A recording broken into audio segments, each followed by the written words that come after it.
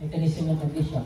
So if you have a limitation of around 50 millimeters or less than 20 millimeters, it could be muscular or inflammatory.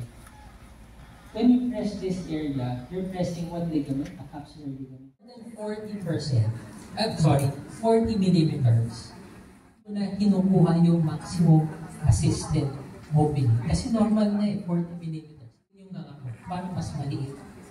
But kung hindi naman kasama sa skin, or I do not force the mouth opening up to the point na kaya mo, even though there is pain.